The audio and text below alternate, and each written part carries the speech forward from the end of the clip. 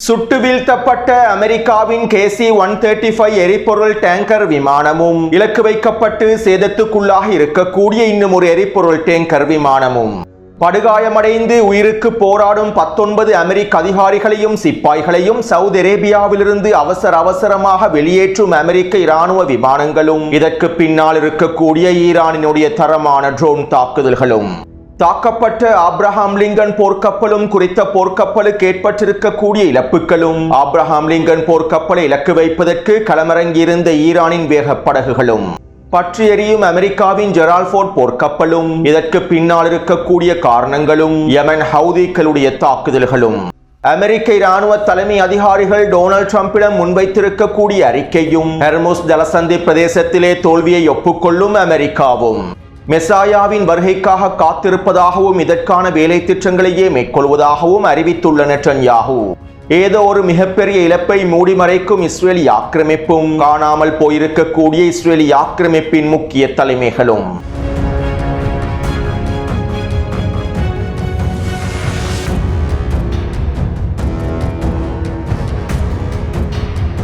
Netanyahu உயிரோடு இருக்கின்றாரா அல்லது கொல்லப்பட்டு விட்டாரா என கடந்த சில நாட்களாக பலர் கேள்விகளை முன்வைத்து வருகின்றீர்கள். சில உளவியல் போர் தந்திரங்களுக்கு அமைவாகவும் மூலோபாய நோக்கங்களுக்கு அமைவாகவுமே ஈரானினுடைய சில ஊடகங்கள் நெட்டன்யாஹூ கொல்லப்பட்டிருக்கலாம் அல்லது படுகாயமடைந்திருக்கலாம் என்கின்ற செய்திகளை வெளியிட்டிருந்தார்கள். முன்னே காணொளிகளிலும் நான் ஈரானினுடைய இந்த மூலோபாய தந்திரங்கள் தொடர்பாக உளவியல் ரீதியான தந்திரங்கள் தொடர்பாக முன்னே காணொளிகளில் தெளிவாக குறிப்பிட்டுள்ளேன். மேலும் இஸ்ரேலிய களத்தில் நெட்டன்யாஹூ கொல்லப்படவில்லை, நெட்டன்யாஹூ படுகாயங்களுக்குள்ளாக்கப்படவில்லை. கடந்த 2 நாட்களுக்கு முன்பு நெட்டன்யாஹூ அஷோட் துறைமுகத்திற்கு விஜயம் செய்திருந்தார். மேலும் நேற்றைக்கு முன்தினம் இஸ்ரேலி ஆக்கிரமிப்பின் விமான கட்டளை தளத்திற்கு விஜயம் செய்திருந்தார். நேற்றிரவு போரமைச்சரவை கூட்டம் நடைபெற்றிருந்தது. இந்த போரமைச்சரவை கூட்டத்திற்கு பின்பு நெட்டன்யாஹூ விசேட ஊடக சந்திப்பொன்றையும் காணொலி ஒன்றையும் வெளியிட்டிருந்தார். நெட்டன்யாஹூ கொல்லப்பட்டு விட்டார், நெட்டன்யாஹூ படுகாயமடைந்து விட்டார் என்கின்ற செய்திகள் வெளியானதில் இருந்து நெட்டன்யாஹூ உயிரோடு இருக்கின்றார் என்பதனை உறுதிப்படுத்துவதற்கான நேரலையான காணொளிகளையும் ஊடக பிரச்சாரங்களையும் இஸ்ரேலி ஆக்கிரமிப்பு ஊடகங்கள் மேற்கொண்டு வருகின்றன. அதே நேரம் நெட்டன்யாஹூவுக்கு சொந்தமான வில்லா ஒன்றை இலக்கு வைத்து ஈரானி ஏவுகணை தாக்குதல்கள் மேற்கொள்ளப்பட்டிருந்ததாகவும் இந்த ஏவுகணை தாக்குதலிலே நெட்டன்யாஹூவின் இளைய சகோதரனான இட்டா நெட்டன்யாஹூ கொல்லப்பட்டிருப்பதாகவும் அல்லது அவர் படுகாயங்களுக்குள்ளாக்கப்பட்டிருக்கலாம் என்றும் செய்திகள் வெளியாகி இருந்தன. மேலும் நெட்டன்யாஹூவின் சகோதரன் இட்டா நெட்டன்யாஹூ உயிரோடு தான் இருக்கின்றார் என்பதற்கான எந்தவிதமான ஆதாரங்களையும் இஸ்ரேலி ஆக்கிரமிப்பு ஊடகங்கள் வெளியிடவில்லை. நெட்டன்யாஹூவை நேரலையில் காண்பித்த இஸ்ரேலி ஆக்கிரமிப்பு ஊடகங்கள் அவருடைய சகோதரர் உயிரோடு தான் இருக்கின்றார் என்பதனை உறுதிப்படுத்தக்கூடிய எந்தவிதமான ஆதாரங்களையும் வெளியிடவில்லை. இதனால் நெட்டன்யாஹூவின் சகோதரன் படுகாயமடைந்து வைத்தியசாலையில் இருப்பதற்கான வாய்ப்புகள் அதிகமாகவே இருக்கின்றன, அல்லது நெட்டன்யாஹூவின் சகோதரன் கொல்லப்பட்டிருப்பதற்கான வாய்ப்புகளும் இருக்கின்றன. அதே போன்று கடந்த 2 தினங்களுக்கு முன்பு நெட்டன்யாஹூ இஸ்ரேலி ஆக்கிரமிப்பின் வலதுசாரி அமைச்சர்களோடு விசேட சந்திப்பொன்றை மேற்கொண்டிருந்தார். மேலும் இந்த சந்திப்பு தொடர்பான புகைப்படங்கள் வெளியாகி இருந்தன. அத்தோடு வலதுசாரி அமைச்சர்களுக்கு இடையிலான இந்த சந்திப்பிலே இஸ்ரேலி ஆக்கிரமிப்பின் வலதுசாரி அமைச்சரான நிதி அமைச்சு பொறுப்பிலே இருக்கக்கூடிய ஸ்மோட்ரிச்சும் கலந்து கொண்டிருந்தார். தன்னுடைய மகனை இழந்த சோகம் ஸ்மோட்ரிச்சின் முகத்தில் வெளிப்படையாக தென்பட்டது. அதே நேரம் குறித்த வலதுசாரி அமைச்சர்களுக்கு இடையிலான இந்த அமர்விலே இஸ்ரேலி ஆக்கிரமிப்பின் வலதுசாரி கட்சிகளுடைய தலைவராக இருக்கக்கூடிய பென்குவிர் கலந்து கொள்ளவில்லை. மேலும் பென்குவிரை இலக்கு வைத்து ஈரானிய ஏவுகணை தாக்குதல்கள் மேற்கொள்ளப்பட்டுள்ளன. இதனால் பென்குவிர் படுகாயமடைந்திருக்கலாம் அல்லது கொல்லப்பட்டிருக்கலாம் என்கின்ற செய்திகள் வெளியாகி இருந்தன. முன்னைய காணொலியில் நான் இவை தொடர்பாக தெளிவாக குறிப்பிட்டிருந்தேன். மேலும் இஸ்ரேலி ஆக்கிரமிப்பு ஊடகங்கள் பென்குவிர் கார் விபத்திலே சிக்கி இருப்பதாகவும் வைத்தியசாலையில் அனுமதிக்கப்பட்டிருப்பதாகவுமே செய்திகளில் குறிப்பிட்டிருந்தன. மேலும் இதற்கு பிறகு பென்குவிர் தொடர்பாக இஸ்ரேலி ஆக்கிரமிப்பு ஊடகங்கள் எந்தவிதமான செய்திகளையும் வெளியிடவில்லை. அது மட்டுமல்லாமல் பென்குவிர் வைத்தியசாலையில் இருப்பதற்கான ஆதாரங்களை கூட இஸ்ரேலி ஆக்கிரமிப்பு ஊடகங்கள் வெளியிடவில்லை. மேலும் வலதுசாரி அமைச்சர்களுடைய சந்திப்பில் பென்குவிர் கலந்து கொள்ளாமல் இருந்தது அவருக்கு ஏதோ நடந்துள்ளது என்பதனையும் உறுதிப்படுத்தியுள்ளது. எனவே ஈரானிய ஏவுகணை தாக்குதல்களில் பென்குவிர் கொல்லப்பட்டிருக்கலாம் அல்லது படுகாயமடைந்திருக்கலாம். மேலும் இஸ்ரேலி ஆக்கிரமிப்பு ஊடகங்கள் கடந்த 3 நாட்களாக பென்குவிர் தொடர்பான எந்தவிதமான தகவல்களையும் வெளிப்படுத்தவில்லை. அதே போன்று ஸ்மோட்ரிச்சின் மகன் கொல்லப்படவில்லை என்றும் வைத்தியசாலையில் தீவிர சிகிச்சை பிரிவில் இருப்பதாக இருப்பதாகவும் சில ஊடகங்கள் செய்திகளில் குறிப்பிட்டிருந்தன. ஆனால் ஸ்மோட்ரிச்சின் நிதி அமைச்சகத்தில் அவருடைய மகனுக்கான இரங்கல் நிகழ்வுகளும் நடைபெற்றிருப்பதாக தெரிவிக்கப்படுகின்றது. இவை தொடர்பான தகவல்கள் இஸ்ரேலிய ஆக்கிரமிப்பின் சமூக ஊடக வலைத்தளங்களில் பகிரப்பட்டிருந்தன. மேலும் இஸ்ரேலிய ஆக்கிரமிப்பு ராணுவம் இந்த தகவல்களை பிறகு முழுமையாக நீக்கிவிட்டது. உச்ச ஊடக தணிக்கைகளுக்கு அமைவாகவே இந்த தகவல்கள் அனைத்தும் கட்டுப்படுத்தப்படுகின்றன.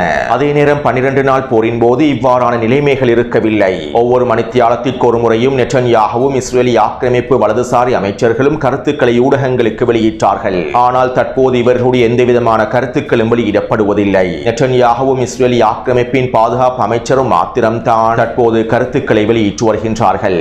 அதே போன்று மொசாட் உளவு பிரிவினுடைய தலைவரையும் 4 நாட்களாக காணவில்லை. நேற்று நடைபெற்ற ஊடக சந்திப்பிலும் மொசாடினுடைய தலைவர் கலந்து கொள்ளவில்லை என உறுதி செய்யப்பட்டுள்ளது. எனவே ஈரானிய ஏவுகணை தாக்குதல்களினால் இஸ்ரேலிய ஆக்கிரமிப்புக்குள் ஏதோ ஒரு மிகப்பெரிய சம்பவம் ஒன்று நடைபெற்றுள்ளது.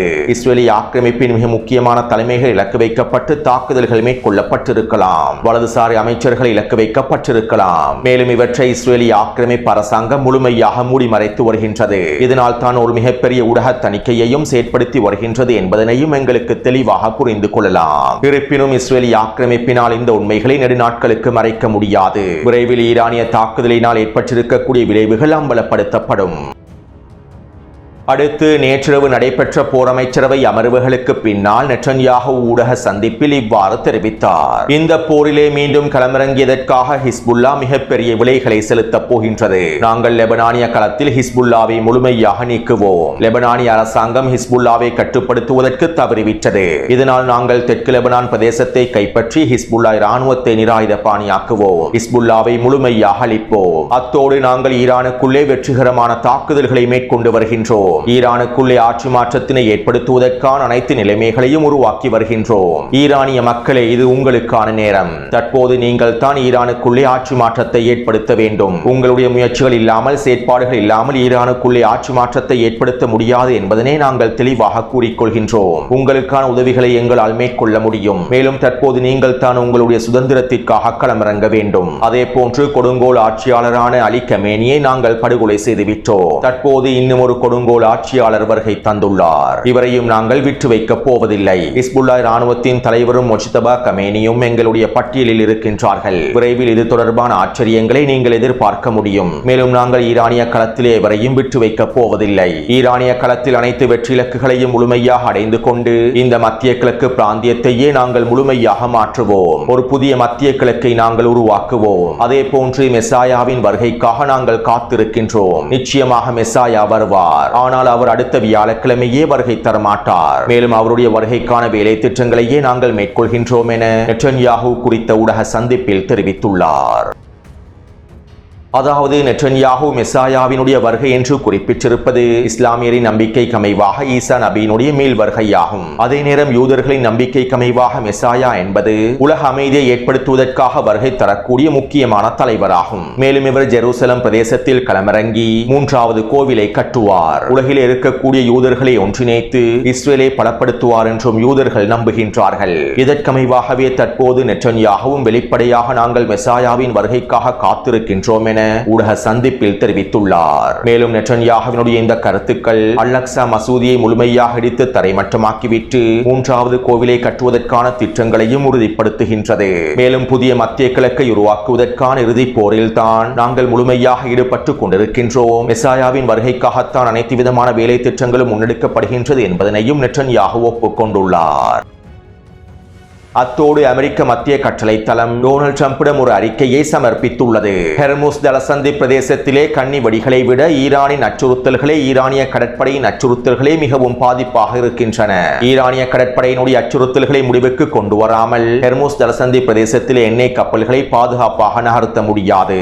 ஈரானினுடைய கடற்படை திறன்கள் முழுமையாக அளிக்கப்பட்டு ஈரானிய கடற்படையினர் முழுமையாக அளிக்கப்பட்டு ஈரானுக்குள்ளே நாங்கள் மிக முக்கியமான வெற்றிலக்குகளை அடைந்து கொண்டால் மாத்திரமே ஹெர்முஸ் ஜலசந்தி பிரதேசத்தினை முழுமையாக எங்களால் திறக்க முடியுமாக இருக்கும். ஹெர்முஸ் ஜலசந்தி பிரதேசத்தின் ஊடாக எண்ணெய் கப்பல்களை பாதுகாப்பாக எங்களுக்கு நகர்த்தவும் முடியும். மேலும் தற்போதைய நிலைமையில் அமெரிக்காவின் கடற்படையை பயன்படுத்தி ஹெர்முஸ் ஜலசந்தி பிரதேசத்திலே எண்ணெய் கப்பல்களை பாதுகாப்பாக நகர்த்த முடியாது. இதற்கான நேரமும் சூழ்நிலைகளும் ஏற்படவில்லை என அமெரிக்க மத்திய கட்டளை தளமானது டொனால்ட் ட்ரம்புக்கு குறித்த அறிக்கையில் தெரிவித்துள்ளது. அதாவது ஹெர்முஸ் ஜலசந்தி பிரதேசத்தில் இருக்கக்கூடிய எண்ணெய் கப்பல்களை பாதுகாப்பாக நகர்த்துவதற்கான வேலை திட்டங்களை ஆரம்பித்திருப்பதாகவும் இதற்கான உத்தரவுகளை வழங்கி இருப்பதாகவும் டொனால்ட் ட்ரம்ப் 2 நாட்களுக்கு முன்பு குறிப்பிட்டார். மேலும் தற்போதைய நிலைமையில் ஹெர்முஸ் ஜலசந்தி பிரதேசத்தில் எங்களுக்கு இந்த நடவடிக்கைகளை மேற்கொள்ள முடியாது என்று அமெரிக்க மத்திய கட்டளை தளமானது டொனால்ட் ட்ரம்புக்கு அறிவித்துள்ளது.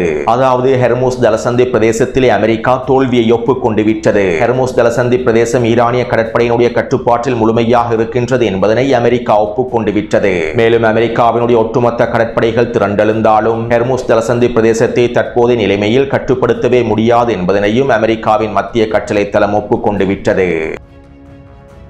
அத்தோடு நேற்றிரவு செங்கடல் பிரதேசத்திற்குள்ளே நுழைந்த USS ஜெரால்ட் ஃபோர்ட் போர்க்கப்பலில் தீ விபத்து ஏற்பட்டிருந்தது. குறித்த போர்க்கப்பலில் சலவை செய்யக்கூடிய இயந்திரங்கள் இருக்கக்கூடிய பிரதேசத்தில் தான் இந்த விபத்து பதிவாகி இருப்பதாகவும் தீப்பரவல் ஏற்பட்டிருப்பதாகவும் இந்த தீப்பரவலினால் போர்க்கப்பலுக்கு எந்தவிதமான ஆபத்துக்களும் ஏற்படவில்லை என்றும் 2 மாலுமிகள் மாத்திரமே படுகாயமடைந்திருப்பதாகவும் அமெரிக்க மத்திய கட்டளை தளம் அறிவித்தது. உலகிலேயே மிகப்பெரிய கடற்படையாக கருதப்படக்கூடிய மிகப்பெரிய போர்க்கப்பலாக கருதப்படக்கூடிய ஜெரால்ட் ஃபோர்ட் போர்க்கப்பலிலே சலவை இயந்திரங்கள் தீப்பிடித்து எரிந்திருப்பது வேடிக்கையானதாகும். மேலும் ஈரானுடனான போரிலே அமெரிக்கா அதனுடைய இழப்புகளை முழுமையாக மூடி மறைத்து வருகின்றது. இதனால் குறித்த கப்பலில் தீ விபத்து ஏற்பட்டிருப்பதற்கான வாய்ப்புகள் குறைவாகும். ஒருவேளை ஈரானிய ட்ரோன்கள் குறித்த கப்பலை இலக்கு வைத்து தாக்குதல்களை மேற்கொண்டிருக்கலாம் அல்லது யெமன் ஹவுதி இராணுவத்தினர் ட்ரோன் தாக்குதல்களை மேற்கொண்டிருக்கலாம் என சில ஆய்வாளர்கள் கருத்துக்களை வெளியிட்டுள்ளார்கள். அத்தோடு யெமன் ஹவுதி இராணுவத்தினர் இன்னும் உத்தியோகபூர்வமாக அமெரிக்காவுக்கு எதிராகவும் இஸ்ரேலிய ஆக்கிரமிப்புக்கு எதிராகவும் போரிலே களமிறங்கவில்லை. இதற்கான காரணங்கள் தொடர்பாக முன்னைய காணொளிகளில் தெளிவாக குறிப்பிட்டுள்ளேன். யெமன் ஹவுதி இராணுவத்தினர் ஈரானினுடைய மிக முக்கியமான துருப்புச் சீட்டாகும். இதனால் யெமன் ஹவுதி இராணுவத்தினர் சரியான சந்தர்ப்பத்தில் தான் களமிறங்குவார்கள். மத்திய கிழக்கில் இருக்கக்கூடிய அடிமை அரபு நாடுகள் ஈரானுக்கு எதிராக களமிறங்கினால் போரிலே நேரடியாக களமிறங்கினால் இதன்போது யெமன் ஹவுதி இராணுவத்தினர் நேரடியாக போர்க்களத்திற்கு வருவார்கள்.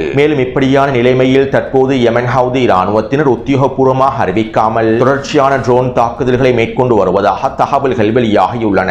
அதாவது கடந்த ஒரு வாரமாக சவுதி அரேபியாவின் தெற்கு பிரதேசத்தில் இருக்கக்கூடிய மிக முக்கியமான எண்ணெய் தளமான ஷேபா எண்ணெய் தளத்தை இலக்கு வைத்து தொடர்ச்சியான ட்ரோன் தாக்குதல்கள் மேற்கொள்ளப்பட்டுள்ளன. குறித்த எண்ணெய் தளமானது யெமன் எல்லை கருகாமையிலேயே காணப்படுகின்றது. மேலும் குறித்த எண்ணெய் தளத்தை இலக்கு வைத்து யெமன் ஹவுதிகளே தாக்குதல்களை மேற்கொண்டிருப்பதாகவும் தெரிவிக்கப்படுகின்றது. ஷேபா எண்ணெய் தளத்தை இலக்கு வைத்து தாக்குதல்களை மேற்கொண்டதாக ஈரானிய இராணுவத்தினர் எங்குமே குறிப்பிடவில்லை. மேலும் நேற்றைக்கு முன்தினம் குறித்த ஷேபா எண்ணெய் தளத்தில் மிகப்பெரிய தீப்பரவலும் ஏற்பட்டிருந்தது. யெமன் ஹவுதி இராணுவத்தினுடைய ட்ரோன் தாக்குதலினாலேயே இந்த தீப்பரவல் ஏற்பட்டிருந்தது. இருப்பினும் குறித்த தாக்குதல்களை நாங்கள் தான் மேற்கொண்டோம் என யெமன் ஹவுதி இராணுவத்தினர் அறிவிக்கவில்லை. எனவே இவ்வாறு செங்கடல் பிரதேசத்திற்குள்ளே நுழைந்திருக்கக்கூடிய ஜெரால்ட் ஃபோர்ட் போர்க்கப்பலை இலக்கு வைத்தும் யெமன் ஹவுதி இராணுவத்தினர் தாக்குதல்களை மேற்கொண்டிருப்பதற்கான வாய்ப்புகள் அதிகமாகவே இருக்கின்றன. அடுத்து அமெரிக்காவின் ஃபோர்ட் போர்க்கப்பல் தீப்பிடித்தெறிவதாக செய்திகள் வெளியாகி 8 மணித்தியாலங்களுக்கு பின்பு ஆப்ரஹாம் லிங்கன் போர்க்கப்பலை இலக்கு வைத்து ஈரானிய கடற்படையினர் தாக்குதல் ஒன்றை மேற்கொண்டிருந்தார்கள். இலங்கை நேரப்படி அதிகாலை 4 மணி அளவிலேயே இந்த தாக்குதல் மேற்கொள்ளப்பட்டிருந்தது. ஈரான் எல்லை பிரதேசத்திலிருந்து 700 கிலோமீட்டர் தொலைவிலேயே ஆப்ரஹாம் லிங்கன் போர்க்கப்பல் நிலை கொண்டுள்ளது. மேலும் போர்க்கப்பலை இலக்கு வைப்பதற்கு சாதாரண தாக்குதல் திட்டங்களை மேற்கொள்ள முடியாது. இதற்கமைவாகவே தற்போது ஈரானிய கடற்படையினர் ஒரு சிறப்பு தாக்குதல் திட்டத்தை வடிவமைத்து களமிறக்கியுள்ளனர்.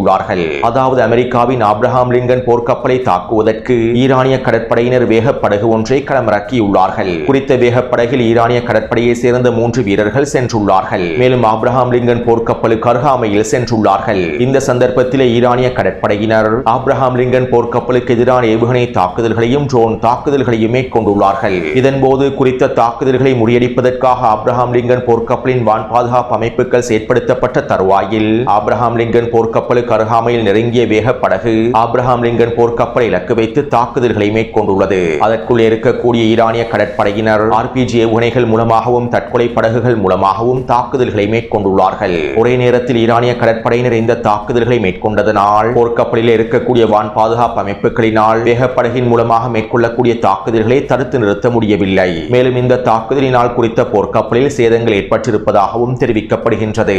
அதே நேரம் ஈரானின் வேகப்படகை இலக்கு வைத்து போர்க்கப்பலில் முறையில் இருக்கக்கூடிய எந்திர துப்பாக்கிகள் மூலமாக தாக்குதல்களை மேற்கொண்டுள்ளார்கள். இதன்போது ஈரானின் குறித்த வேகப்படகானது அளிக்கப்பட்டிருப்பதாகவும் தெரிவிக்கப்படுகின்றது. அதாவது ஆப்ரஹாம் லிங்கன் போர்க்கப்பலை இலக்கு வைத்து தாக்குதல்களை மேற்கொண்டதற்கு பின்பு ஈரானினுடைய 3 கடற்படை வீரர்கள் வீரமரணம் அடைந்துள்ளார்கள்.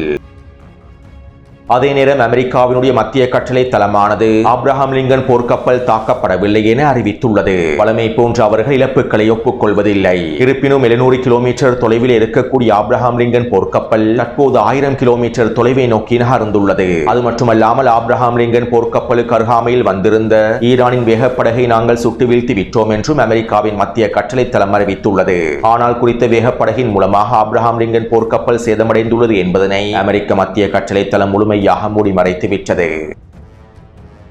அடுத்து இந்த தாக்குதல்கள் மேற்கொள்ளப்பட்டு 2 மணித்தியாலங்களுக்குள் ஈராக் எல்லை பிரதேசத்திலே அமெரிக்காவினுடைய KC-135 டேங்கர் எரிபொருள் விமானம் வீழ்ந்தது. குறித்த விமானத்தில் இருக்கக்கூடிய 6 அதிகாரிகளும் 2 விமானிகளும் கொல்லப்பட்டுள்ளார்கள். இந்த விமானம் ஈராக் எல்லை பிரதேசத்திலேயே வீழ்ந்து வெடித்து சிதறியுள்ளது. அது மட்டுமல்லாமல் இன்னும் ஒரு KC-135 டேங்கர் விமானமும் இலக்கு வைக்கப்பட்டுள்ளது. மேலும் இந்த தாக்குதலிலே குறித்த விமானம் சிறிய சேதங்களுக்குள்ளாகியுள்ளது. இதைத் தொடர்ந்து குறித்த எரிபொருள் விமானம் இஸ்ரேலிய ஆக்கிரமிப்பில் அவசரமாக களமிறக்கப்பட்டுள்ளது. இதற்கான ஆதாரங்களை டெலிகிராம் சேனலில் பதிவிட்டுள்ளேன். மேலும் குறித்த விமானம் சேதமடைந்திருப்பதற்கான ஆதாரங்களும் புகைப்படங்களும் தற்போது வெளியாகிய வண்ணம் இருக்கின்றன. அதாவது போர் விமானங்கள் அதிக நேரம் பயணித்து தாக்குதல்களை மேற்கொள்வதற்கு எரிபொருள் நிரப்பு விமானங்கள் மிக முக்கியமானதாகும். மேலும் ஈரானுக்கு எதிரான தாக்குதல்களை மேற்கொண்டதற்கு பின்பு ஈராக் எல்லையினூடாக பயணிக்கும் சந்தர்ப்பத்திலேயே அமெரிக்காவின் KC-135 எரிபொருள் விமானத்தை இலக்கு வைத்து தாக்குதல்கள் மேற்கொள்ளப்பட்டுள்ளன. ஈராக்கில் இருக்கக்கூடிய எதிர்ப்பு குழுக்கள் தான் இந்த தாக்குதல்களை மேற்கொண்டிருப்பதாக தெரிவிக்கப்படுகின்றது. மேலும் இந்த தாக்குதலேயே குறித்த எரிபொருள் விமானம் முழுமையாக வீழ்த்தப்பட்டுள்ளது. அதே நேரம் KC-135 எரிபொருள் விமானம் விபத்தின் காரணமாகவே வீழ்ந்திருப்பதாகவும் குறித்த விமானம் சுட்டு வீழ்த்தப்படவில்லை என்றும் இன்னும் ஒரு விமானம் சேதமடைந்திருப்பதாகவும் அது பாதுகாப்பாக இஸ்ரேலிலே களமிறங்கி இருப்பதாகவும் அமெரிக்காவின் மத்திய கட்டளை தளம் அறிவித்துள்ளது. ஏற்கனவே குவைத் எல்லை பிரதேசத்தில் அமெரிக்காவின் 3 போர் விமானங்கள் சுட்டு வீழ்த்தப்பட்டன. இதனையும் இவர்கள் விபத்து என்று தான் கூறினார்கள். தற்போது மிகப்பெரிய எரிபொருள் விமானம் சுட்டு வீழ்த்தப்பட்டுள்ளது. இதனையும் இவர்கள் விபத்து என்று கூறுகின்றார்கள். எனவே இது எவ்வாறு இருப்பினும் அமெரிக்காவினுடைய மிக முக்கியமான எரிபொருள் டேங்கர் விமானம் சுட்டு வீழ்த்தப்பட்டுள்ளது உறுதி செய்யப்பட்டுள்ளது. அத்தோடு ஈராக் எதிர்ப்பு குழுக்களே இந்த விமானத்தை இலக்கு வைத்து தாக்குதல்களை மேற்கொண்டு அவற்றை சுட்டு வீழ்த்தியுள்ளார்கள் என ஈரானின் காத்தமல் அன்பியா தலைமையகமும் அறிவித்துள்ளது.